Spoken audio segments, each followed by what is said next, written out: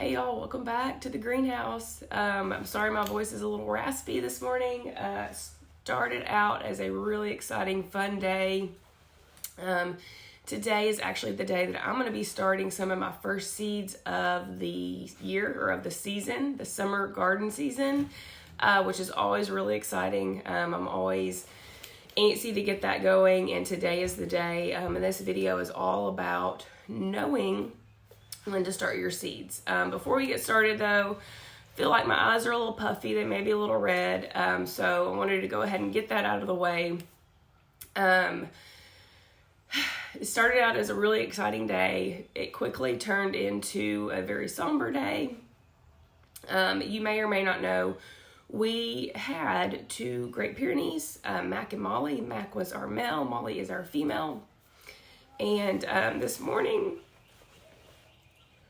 Matt got out, unfortunately, which is was kind of a recurring theme with him, and he is no longer with us. So Tyler is out there taking care of business right now, burying him for me. Unfortunately, when you own animals, and you own a lot of animals, that is sometimes just part of it. Loss for sure is part of it. But I felt like I needed to kind of get that out of the way. If I seem a little teary-eyed, red-eyed, that's why. I'm still really excited about the day. I'm excited to talk about knowing when to start your seeds and talking you guys through that process. So let's get started. Okay, so starting a garden is such a fun and exciting time. There are definitely things and elements about starting a garden that can be really overwhelming and sometimes just like completely deter people from starting a garden altogether. And one of those things is knowing when to start your seeds. If you're going to start your plants from seed yourself versus buying transplants from the store, knowing when to start your seeds is overwhelming. And I know that because I have heard that from multiple people, and I have also experienced that feeling myself. I have been there. It's real easy to scroll through the seed catalogs or get on the seed websites and order all of the seeds, all of the things, and you're really excited about it, and there's so much potential there, and they come in, and then all of a sudden you realize, I've got all these seeds, and I have no clue when to start them. I get it. It feels really overwhelming. It does not have to be though. So I'm going to walk you through how I plan out my seed starting schedule and how I make it as organized as possible. And again, I feel like I say this every video, my way is not necessarily the right way. There are tons of different ways when it comes to gardening to do everything. Every aspect of gardening, there are different methods, different ways of doing things. Some things will work for me, some things will work for you. And this is just how I do it, and how it really keeps me organized and basically just keeps me sane. So let's get started.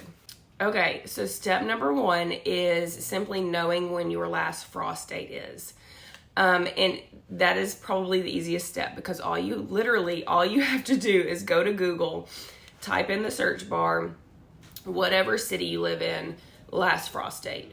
So for me, I typed in the city I live in, last frost date, hit enter. Woo, it's getting windy out here. We are also, today we are getting ready for an ice storm tonight. So that's what I'm going to be doing after this video. But anyways, type in your last frost date and it should pop up for you. It should be one of the very first things that pops up. The city I live in here in Central Arkansas, the last frost date is April the 15th. Okay. So when I know my last frost date, I like to write things down on paper.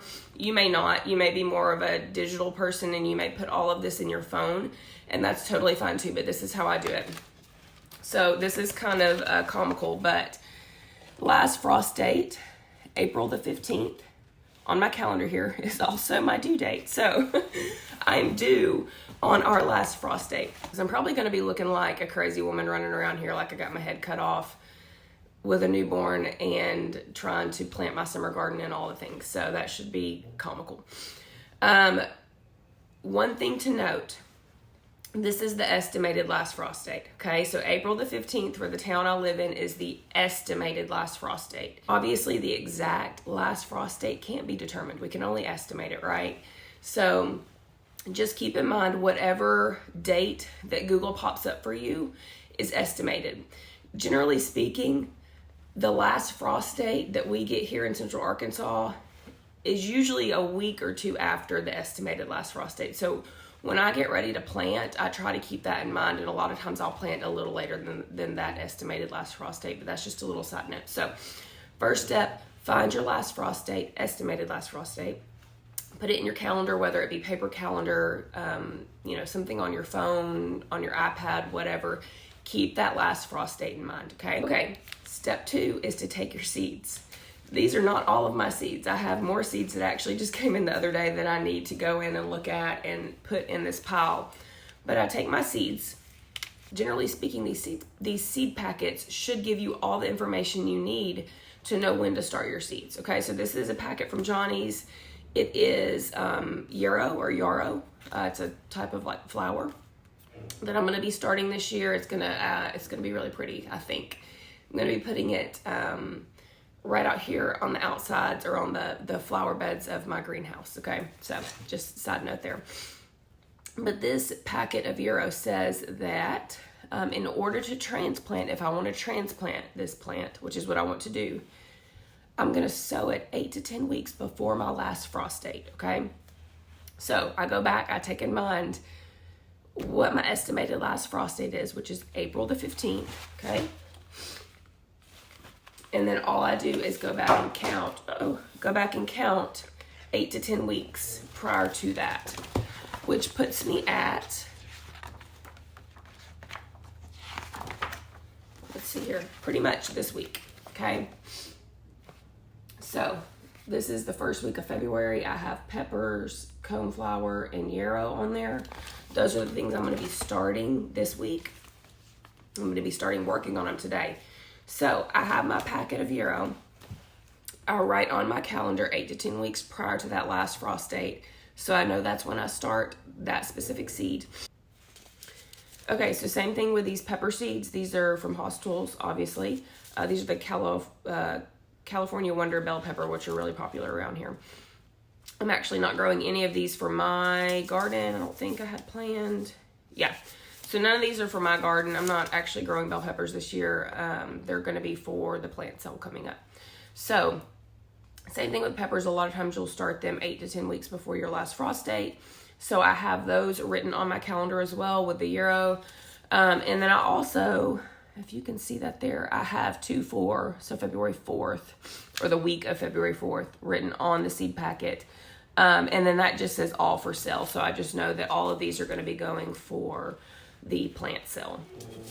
Same thing with these jalapeno peppers from Hoss Tools. I have 2/4 written on there, all for sale, and then this one is all for the farm. So all of these that I start are going to be for the farm. All of these are going to be for the sale. And then also have some from Osborne Quality Seeds peppers. So once I have all of these seed packets that I know are going to be started the week of February 4th, I'm going to take them. I'm just going to bundle them together and just keep them all together. That way I know that these are all of the seeds. That's that coneflower as well that I'm going to be starting. These are all of the seeds that I'm going to be starting this week, the week of February 4th. So that keeps it pretty simple. And then that gets set aside. Okay, same with this celosia that I'm going to be starting. Look on the back of the seed packet. This is from Johnny Seeds. In my experience, Johnny Seeds gives the most information on transplanting, direct sowing. It even goes into germination, when to expect germination, what temperature you should keep it at, the light and the soil requirements. I mean, even it goes all the way down into harvesting. So they give so much information. But the celosia says if you want to transplant it, not direct sow it, but if you want to transplant it out, you should sow it into 6 to 8 weeks before your estimated last frost date. So what I did was count 6 to 8 weeks before my estimated last frost date. That puts me roughly the week of February 18th. So I know that I'm going to be starting the celosia around February the 18th. And that was actually the only thing. I have 2 packets of it. That was the only plant or the only seed that I was going to be starting that week. So I went ahead and bundled the two together. I have it written on there, the week that I'm going to be starting it. And then I also have written on here that roughly about 60 of them, 60 plants are going to be for the farm, and about 40 I may take to the plant sale. I don't know. I'm not ever sold a lot of flowers at a plant sale, so I don't know that celosia will really sell. I have no clue. My feeling is that a lot of people really don't know what it is, so it may not sell well. But yeah, if you've ever sold celosia, tell me, do people buy this? I don't know, but I'll probably take a few of them just to see what happens. Okay, so now that I have 2 packets, my peppers and yarrow and coneflower, and then the celosia, they're bundled separately, but then I'm just going to put them together. So the peppers are in front because that's the very first thing I start. And then the next thing I'll be starting is the celosia. And so I just put them to the side, okay? And I basically just continue that process until I get through all of my seed packets, okay? So the next thing that gets started after that are all of my tomatoes and cosmos, which I have bundled up together here with the dates written on them, and then roughly how many I'm going to be keeping for the farm and how many I'm going to be taking to the plant sale. And then again, I just go and I put it to the back of the pile of what I have over here. So I know what I'm starting first, and then I start to move back as the weeks move on, okay? And that's what I did with everything here. So you can see as we go through February and then into March and then all the way into April, where our last frost date is. That's my whole seed starting schedule right there written out. I will say that if you're gonna write it out on paper, make sure you have this in a place where you're gonna see it fairly often, because it's easy to write all this down. Oh gosh, it's getting windy. It's easy to write all of this down, put it to the side, and then it's kind of like out of sight, out of mind, and before you know it, the weeks pass by and you're behind schedule. So if you're going to choose to write it down on paper, make sure that you have it somewhere where you're going to see it and you're not going to get behind. Otherwise, put it like in your phone or something, or give yourself some notifications on your phone or something. So another tip that I would say to keep in mind, or another piece of information to keep in mind, some weeks, for instance, the week that I'm only starting the celosia, that's all I'm starting. So it shouldn't be that overwhelming, right? Like I should be able to pick an afternoon, not even an afternoon, like maybe an hour, and wipe that out and be done with it.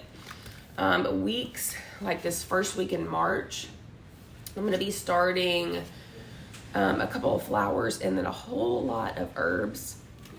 And just knowing, generally speaking, a lot of these herb seeds are really tiny. They're hard to work with, so it takes a little bit longer to sow them sometimes.